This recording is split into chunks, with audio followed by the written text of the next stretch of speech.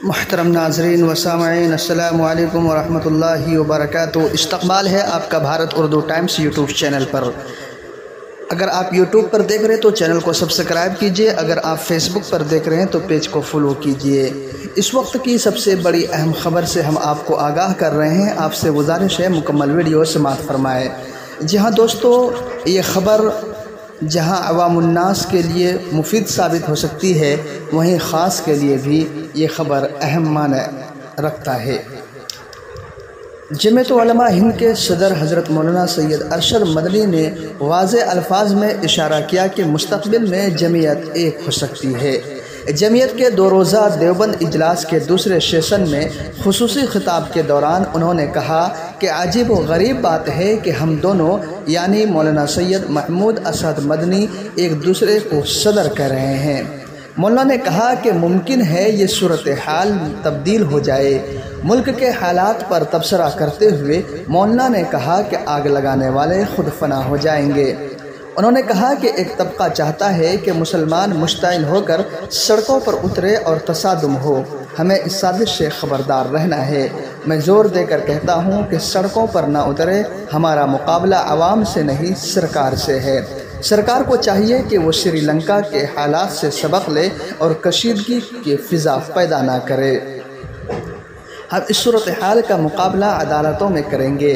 انہوں نے کہا کہ میں معذرت کے ساتھ کہتا ہوں کہ اقلیت کبھی اکثریت سے لڑ کر کامیاب نہیں ہو سکتی۔ ہمیں بھائی چارہ اور محبت سے نفرت کی سیاست کا مقابلہ کیا جا سکتا ہے۔ انہوں نے آخر میں پھر کہا جلد ہی آپ کو خوشخبری ملے گی۔ جی ہاں دوستو، مولانا کے اس بیان سے ایسا معلوم ہو رہا ہے کہ دونوں جمعیت یعنی جمعیت علماء ہند الف اور جمعیت علماء ہند میم ایک ہو سکتی ہے۔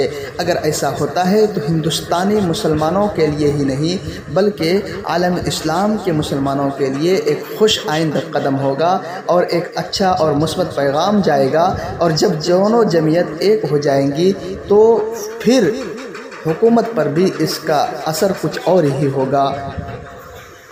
دیکھیے مولانا سید ارشد مدنی نے اپنی زبان سے کیا کچھ کہا جمعیت علماء ہند کے 2 روزہ اجلاس دیوبند میں۔ عزیز محترم مولانا محمود صاحب صدر جمعیت علماء ہند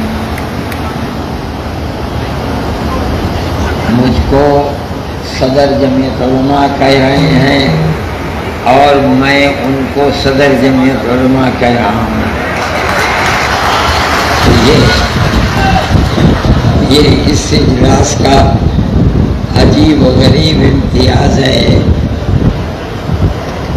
یہ ہو سکتا ہے کہ آپ حضرات کے درمیان میری حاضری